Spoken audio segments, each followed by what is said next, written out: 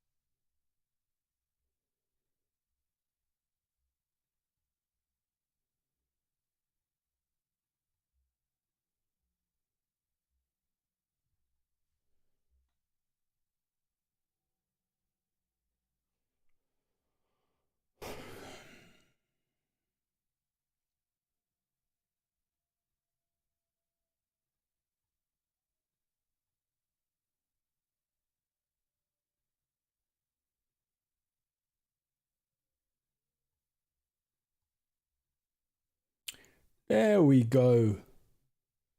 What was wrong with this? Anyway, we got there.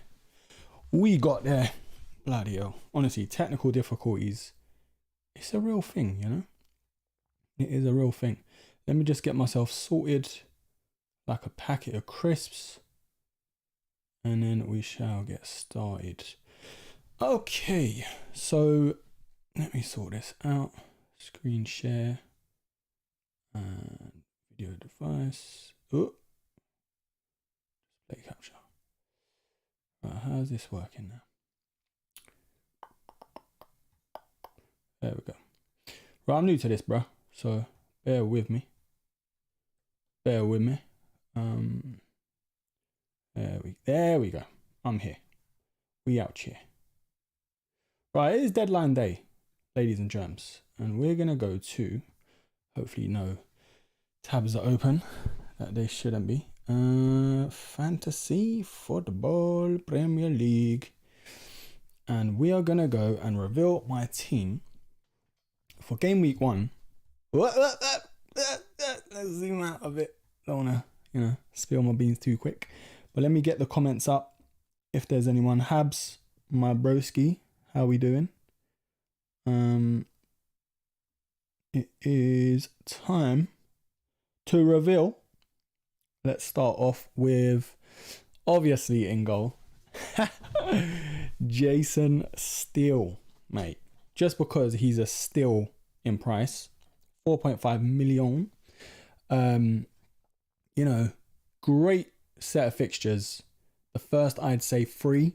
It gets a bit tricky on the 4th, but I'm prepared for that. Habs, what are you saying, brother? Obviously Luton at home, first game week. On paper, should be a great fixture. We don't know what Caicedo's doing and how that will affect the team, whatever. But then we've got Wolves away and West Ham at home. So on paper, it looks good for him. It does look good for him. And that is why I'll reveal my next keeper after, obviously. But anyway, yeah, that is why I've sort of doubled up on the Brighton defence. Estepinian, great attacking threat. Luton at home, almost went down a bit. Luton at home, great set of the first, three fixtures. And he can get the sort of like goals and assists from that position, but also the clean sheets. So obviously at 5 million, it's a no-brainer. I'm surprised he wasn't about 5.5, But last season he was great. Luke Shaw, of course, United. He's great in terms of attacking returns. The fixtures aren't the best, the first 3. You got Wolves at home, which is good. Spurs away. Could go either way, depends on what teams turn up. Nottingham Forest at home. Very good fixture. Then Arsenal away. He might be benched, if I'm honest with you. But you never know, attacking returns. You just never know. And then it picks up from, I'd say from Burnley to be fair. Game week 6 up until game week 9. Some good fixtures in there. But it's sort of up and down. Great attacking returns. 5.5 million, not too bad. Should have been 6, if we're really honest. but fitness is always a doubt with him. Gabriel, I've opted with him. He's sort of like 5 million again, man. I mean, like, how is he not 5.5 at least? Like, Ben White went up and he did really well last season, Ben White. So yeah, he went up, but Gabriel didn't. I think he was 5 million last season as well. But great set of fixtures. Majority of them at home up until Spurs, you could say. Arguably, very good fixtures. Even Bournemouth as well. United is the tricky one. I don't think he'll keep a clean sheet there. But attacking returns, Gabriel is pretty sturdy, I'd say, in terms of the attacking. But also the bonus free. Like, Gabriel is really a bonus free magnet. Bonus 3 points. The only thing with him is he loves a yellow card. The occasional red, don't get me wrong, but he loves a yellow card. But yeah, great set of fixtures. Could have went for Saliba, but with Saliba, I just don't know, man. Did I have him last season? I think I did. Then I took him out for Ben White, but I'm scared with Saliba, man. I am. But Gabriel, yeah, he's more of an attacking threat if we're really honest. And I'm absolutely sweating, mate, because it's crazy. Right. Are you guys ready for the midfield? Drop a like on the comment. Drop a like on the video. And I will reveal. If you guys can hear me, bro, I really hope you can, because we had some technical issues last stream. But Habs, are you in the chat? Let me know if you can hear me, yeah? It would be a shame. I've just spoken all that time and then no one can hear me. Went too far down. But yeah, Mbeumo, obviously 6.5 million. I think he's the best option for the price. Great set of fixtures. Spurs is a bit tricky at home, but they're at home. So, And I think because of Tony sort of being out until January with all the palaver, he's sort of the next go-to on penalties, occasional free kicks apparently, set pieces mostly on like corners and stuff. So he's got a great set of fixtures and also the sort of go-to guy in the team for like set pieces and stuff like that. And he does put up numbers, man. I mean, last season he did okay, 150 points. He did okay. But yeah, what else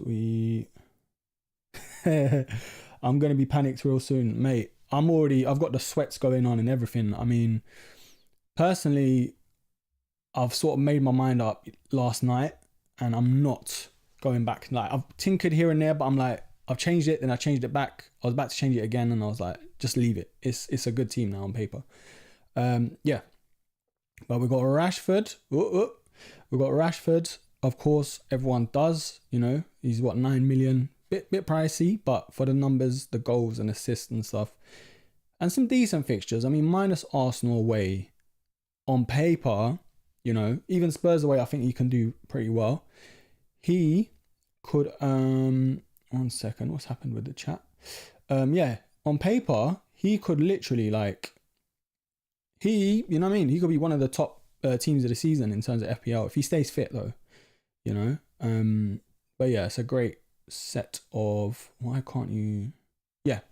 but Rashford, obviously Rashford.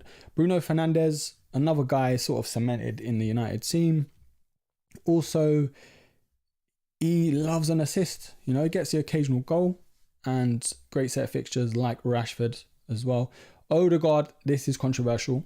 Now, a lot of people have gone for Martinelli or Maddison, but I just think Odegaard, man, especially like in the Community Shield and the preseason matches, it's been a great time to be an Arsenal fan. Like watching him sort of destroy Kovacic. Ah, man. Like for 8.5 million, I know he's 0.5 more than Martinelli. Martinelli isn't as cemented as Odegaard in my opinion. Just because of the whole Trossard thing. And, we saw in the Community Shield, he came off. He did sort of start to come off around 60, 70 minute mark last season towards the end. And I don't think Odegaard has that problem. Odegaard's on a lot of set pieces most of the time. Great on the ball, great assist, sort of visionary. He just has that eye for a pass that no one really has in the team. And yeah, I love Odegaard. I prefer Odegaard to Martinelli, and he's less of a risk, I should say. He's less of a minutes risk, you know. But yeah, moving on to Saka. He's sort of a go-to guy at the moment when it comes to FPL for Arsenal fans and the Arsenal team. Everyone's got Saka. I mean, Nottingham Forest at home, like Odegaard and Gabriel. You know, it's pretty cool to have him. And price is actually all right. I mean, 8.5. Personally, I think he should have been a bit more. But I'm glad he's not, you know. Like, yeah, I'm very happy with Saka. So he's actually my captain. I ruined it. But yeah, Saka's actually my captain. Just because, you know, Nottingham Forest at home. And I know I might even just change it to Haaland, but I'm pretty confident with Saka. Let's just say that. So yeah, so if you're in the chat, obviously give us a like and let's move on to strikers. Now, Haaland, like, how many players have picked him? Look, 88.8%. Is that? I thought that would have been at least 90. But yeah, he's 14 million, which is ridiculous. I mean, Kane's going now, so it looks like he's the sort of standout striker, apart from the likes of maybe Watkins, Wilson, and Nkunku injured now. You know, Jesus as well, But yeah, what more can you say, man? He's just a goal machine. We kept him quiet in the Community Shield, which I'm happy about. He didn't look that fit, you know, so it's only the Community Shield, but great set of fixtures all round, really. I mean, Newcastle's a bit of a bogey one, but they're at home, you know, they are at home, so there's that. But yeah, up until Arsenal, I think those fixtures are phenomenal, man, you know. So yeah, obviously Haaland, vice captain, might be captain by the end of this stream. Who knows? We've got Wissa from Brentford. We all know him. Obviously, he's at home against Tottenham. Now, this is the problem I was having, to either go really cheap with strikers apart from Haaland, or play a different formation, you know, 4-5-1, or sacrifice a midfielder and then go for a nice attacking option, as in a Watkins, you know, Wilson, Isak. But I don't think I'm going to do that, man. I think I'm going to save my money. 6 million for Wissa. Potato, bro. And yeah, just because of the fact that Tony's out, him and Mbeumo, I just feel like they're just going to step up to the plate. And they've got some decent fixtures. I know Spurs at home, but other than that, man, I could always rotate. It's not like a deal breaker, you know? So I'm counting on him. And even if I have to rotate him, not the end of the world, you know, 6 million. It's not the be all and end all. So yeah, I'm going with Haaland and Wissa up front. But also, it gives me a lot of versatility in terms of the midfield, because I've sort of doubled down on the midfield. Gone not cheap on the defense, but like, it's not the strongest. Like, I haven't got a Trent, a Trippier, a Chilwell. You know what I mean? Like, all these players. So I feel like that's a strong starting team for game week 1 anyway. I will chop and change throughout the season. And I just don't see any weaknesses in that team. I'm sort of on the fence with Stones. Now, we've all been burnt in the past with like a, you know, Pep roulette decision. And it's one of them things that you love the City players because they're so quality, like the Akanji, the Stones, you know, Foden, all these players that on paper, they should start all the time, yeah? But because they're involved in so many competitions, the quadruples, the triples, whatever, the trebles, it's like they're always rotating. So is it worth the risk and then having to waste a sort of transfer down the line just to take him out? Stones is pretty injury prone as well. So I've sort of stuck with Estepinian for now, but potentially down the line, a Stones could come in.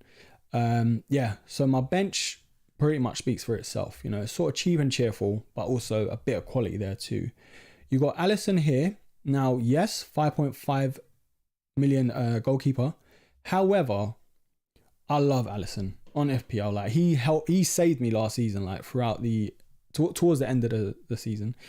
Not the best fixtures, but my reasoning to have Alisson in is if I can sort of compare. Can I compare? I can't compare. But if I can compare him to Jason Still, Microphone's getting bumped around. So look, okay, so let's go back to Jason, yeah? Jace, like he's my mate. Right, Jason Still, his first 3 fixtures, amazing. Yeah, I won't change them for the world. But then after that, it goes to, it's a bit tricky. From game week 4 onwards, hell of a tricky one. Up until I'd say game week 10, yeah? But if we go to Alice in Wonderland, you like that? But yeah, after game week 3, Alisson has an amazing run up until, arguably, game week 12. Arguably. Of course, on paper, it looks great, but in real world, you just never know. So there's that. That's what I've taken into account, the fixtures, let alone, the whole defense in general, and also pricing and stuff like that. So I've spent a bit of money on goalkeepers compared to a lot of other players and teams. Some people go for a cheap and cheerful 4 million keeper as their second keeper, and then they go for like a 5 million keeper. But I've sort of, to save me the heartache, sort of future-proofed myself for the goalkeeping role. And it's Alisson, like Liverpool look like they're very much going for it this year in terms of strength and depth. Caicedo, who knows where he's going. But yeah, that's my reasoning. So I've got Alisson, which will probably come in game week 3. Game week 3? Game week 4. Sorry, game week 4. He'll come in game week 4, and then Still will probably drop until like game week maybe 10, 11, whatever. Obviously, Botman, cheap and cheerful. He's cemented in the team, it looks like. 4.5 million, amazing. Fixtures aren't the best. That's why he's on the bench. He might be rotated within the Estepinian role. Maybe Luke Shaw, who knows, depending on fixtures, of course. But yeah, his opening fixtures, or Newcastle's in general, up until you could say game week 5 onwards, they've got a decent run. But yeah, he's cheap, man. 4.5 million. I just had to put him in just because of last season alone. It was either him or Shaw, but Shaw is a 5 million rather. And Botman, for me, it just makes the most sense. There's so much dust in this room. Right, Mingsy. Tyrone Mings, 4.5 million again. Now, he helped me a lot last season as well. I bought him in towards the end of last season, and he got me a nice 9-pointer, 10-pointers here and there. Couple clean sheets in a row, 3 or 4, something like that. And it looks like under Emery, since he's come in, he looks like the old Tyrone Mings, where he was linked with a lot of big boy teams, Not the best fixtures, again, up until you could say game week 5, with Crystal Palace starting from there. But I hope you guys can see this. Let me zoom in a little bit. Yeah. So even I'd say Everton and Burnley, that's a decent combo, but we'll see how it goes. Rotation is on my mind. So that's why I've sort of added a little bit of depth on the sub bench as my subs. And I haven't sort of gone all out on my sort of starting 11 first bench, because I know a lot of people, what they do, all eggs in one basket, and they'll sort of clear out the bench, make it as cheap as possible, cheap as chips. But that's not me, like Jamie said, that's not me. But yeah, Tyrone Mings, you haven't let me down. I don't think you will, for 4.5 million anyway. And Mubama, West Ham, apparently he's new wonder kid, academy player apparently. He's 18, he looks raw. He scored 3 times in pre-season. And look, 12.2% owned. Now, I'd say for a last player on the bench, it isn't bad. For 4.5 million as well. He is a striker, of course. Now they've got Alvarez though. It does throw a spanner in the works, I'll be real. And it doesn't look like he will be playing that often. But I think Scamacca's gone now. So if he's second or third in the pecking order behind Antonio and Alvarez, I won't say no. For 4.5 million again, it's a no-brainer. It was out of him, McCarthy, and there was another guy. I can't remember his name, but he played for Sheffield United. He plays for Sheffield United rather.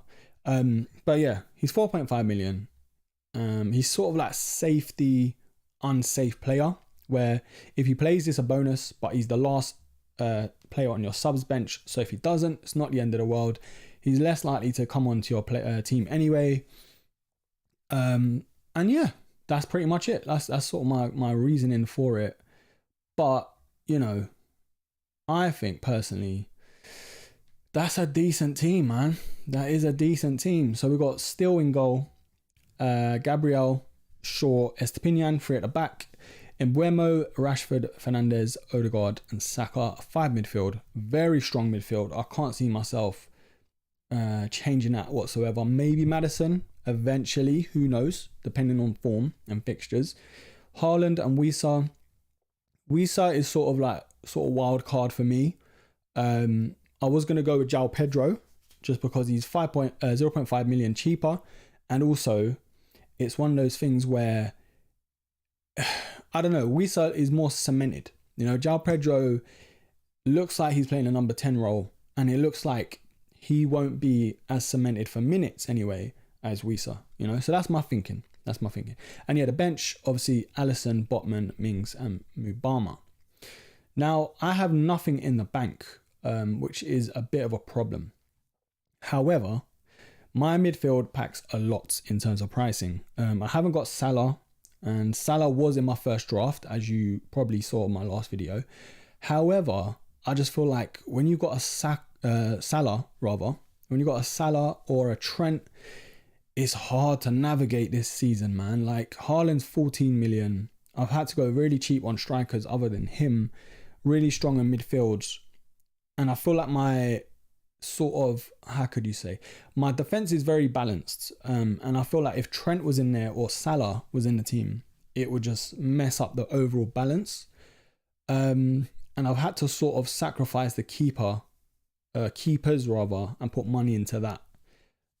So yeah, I'm pretty happy. Of course, triple up Arsenal, triple up United, and double up Brighton as well. This all could change by the end of game week 1.